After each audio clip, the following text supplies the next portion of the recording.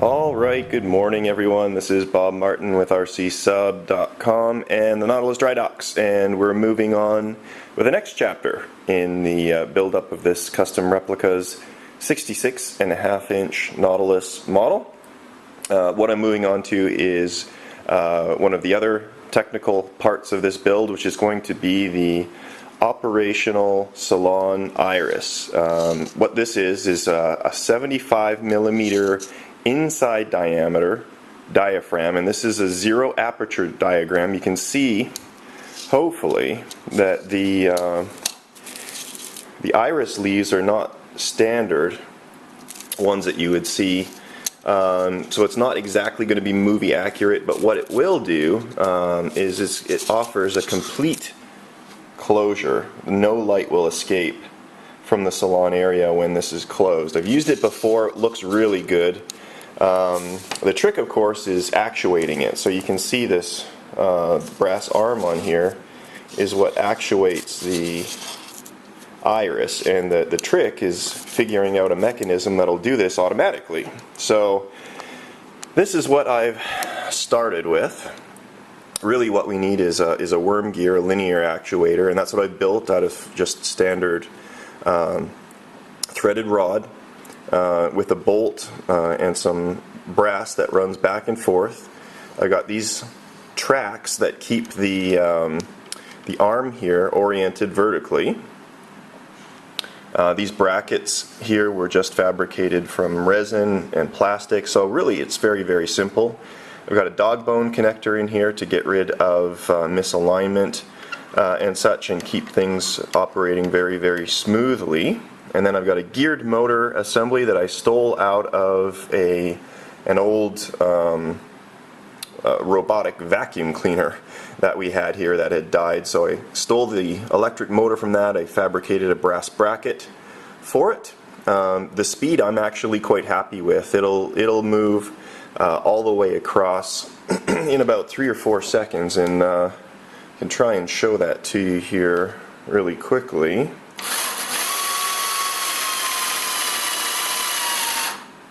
So that would be moving one way or the other depending on which way I set this up, and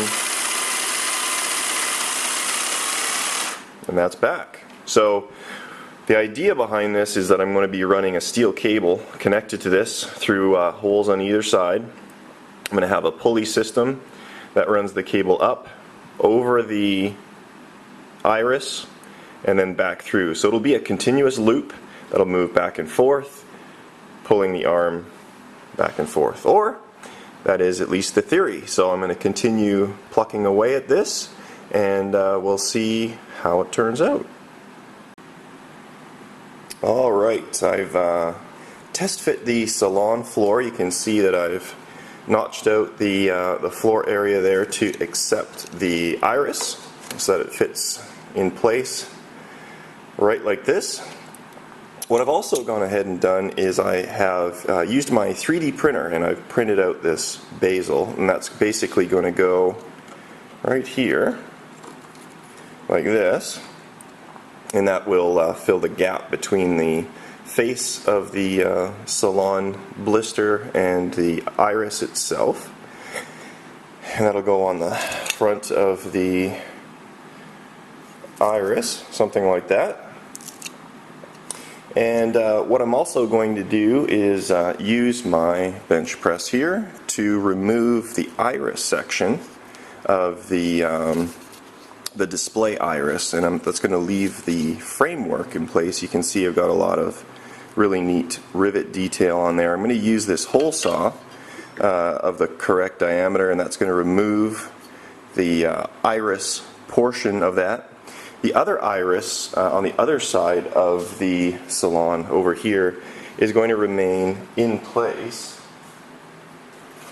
and I'll model that in its closed position.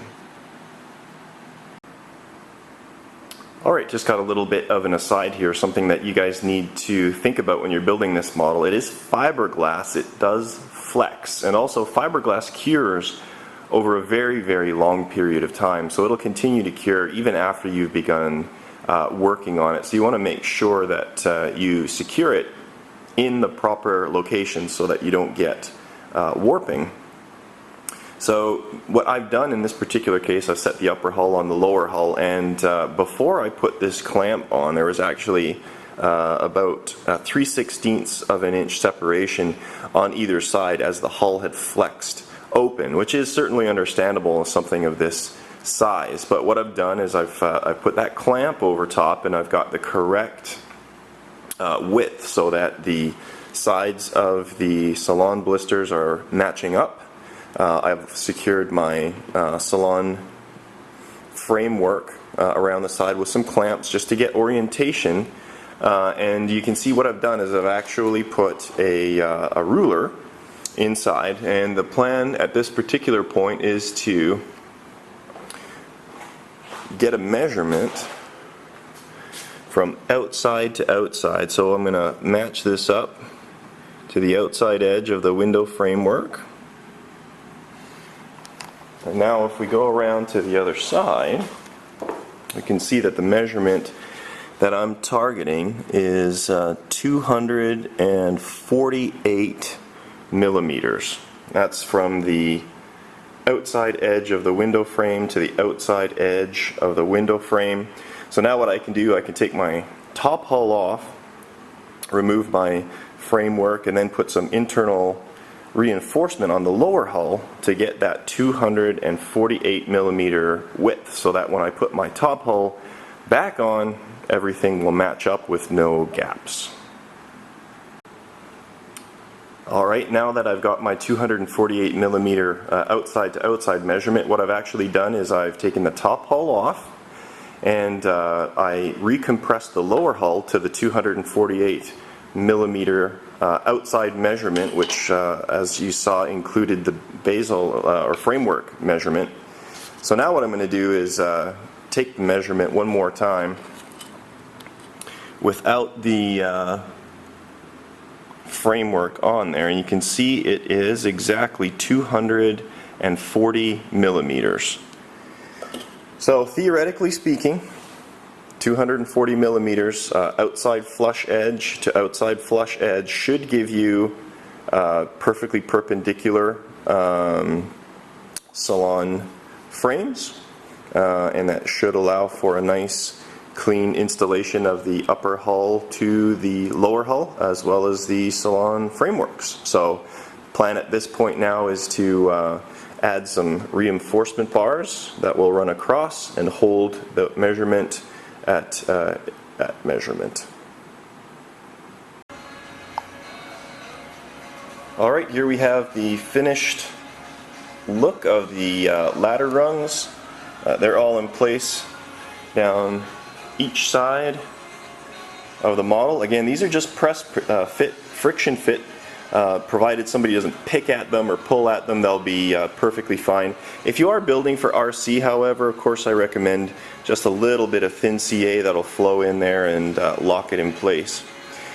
Now, something else that I've done here, I was talking earlier about the hull spacing.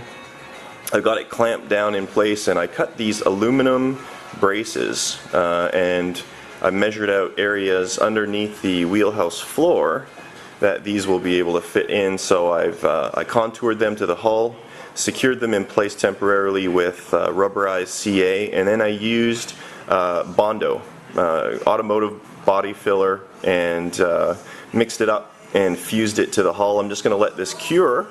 Theoretically, once I let the clamp go, the braces will hold the hull at the proper spacing so that the upper hull mates to it perfectly with little to no seam. Alright, as you can see, moved on. I've got the actuator all complete.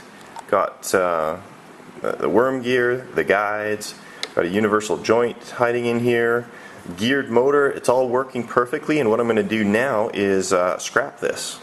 Yeah, I'm going to scrap this in favor of another idea. I'm going to show you what I got going on. So let's take a look and see what I've been working on here. You can see the 3D printed shroud, and this is actually the ring for the Iris that comes with the kit, and as you saw earlier, I took out the Iris portion of it, and that's mounted on the outside here, so you've got all the rivet details still intact and in place. LED lights are installed, and you can see this mysterious brass rod here. This is the new actuator that I've come up with, and the idea here is I went for the KISS principle. Keep it simple, stupid. In the previous version, what was going to happen was there was a steel cable that was to run across, get pinned at the pin for the Iris, come down through a series of pulleys, and work here. And I've implemented before on my other build, and it worked fine. This, though, I think is simpler. It's more direct.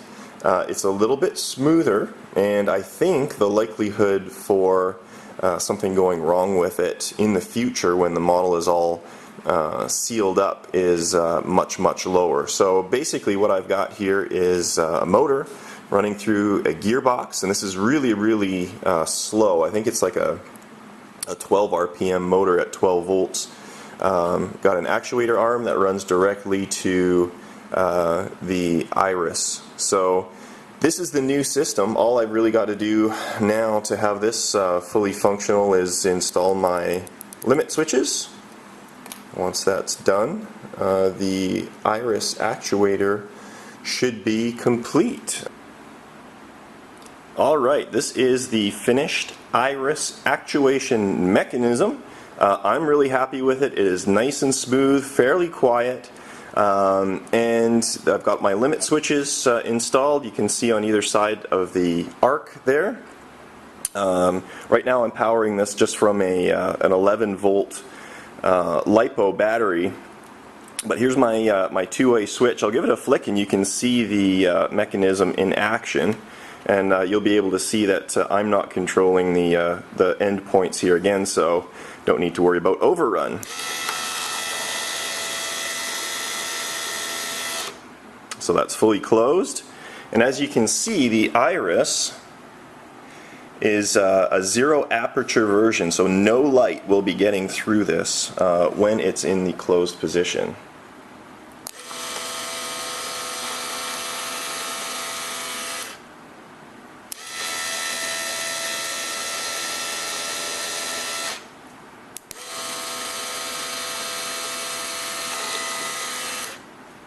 And there you have it.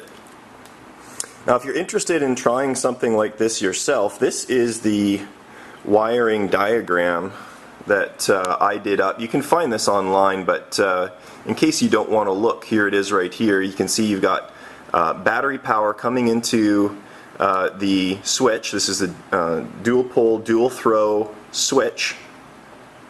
This is indicative of the motor. And then these are the switches: common, normally closed, and normally open. And in this configuration, the normally open terminal of these endpoint switches aren't used, just the normally closed. But you can see, if you want to sketch this down, this is the wiring diagram to make it all happen. And just be sure you know which limit switch does what on which end of your arc. Of course, what I recommend is, keep everything apart, with the switches separate, and then you can activate the switches and see which one of them stops the arc of whatever it is you're trying to do, so you know which one to put where. Okay, let's take a quick look at just a little small detail that I worked on for the wheelhouse. I don't know if you can see it in there, but I've created a couple of scale maps for the map table, and it actually adds a lot of realism to it, and I really like the way it looks out. So I've got a rolled up map here, and then I've got a pair of maps that are stacked on top. The corners are curled, and the way I did this is just printed it out on an inkjet printer, and then I used thinned out white glue, and I glued them together, and now they're fairly solid, one unit, and they'll make it a lot easier to glue down to the map table. So I'm going to put those in, glue it down, and then I can attach my rear viewport, get the framework in place, and move on to the next project.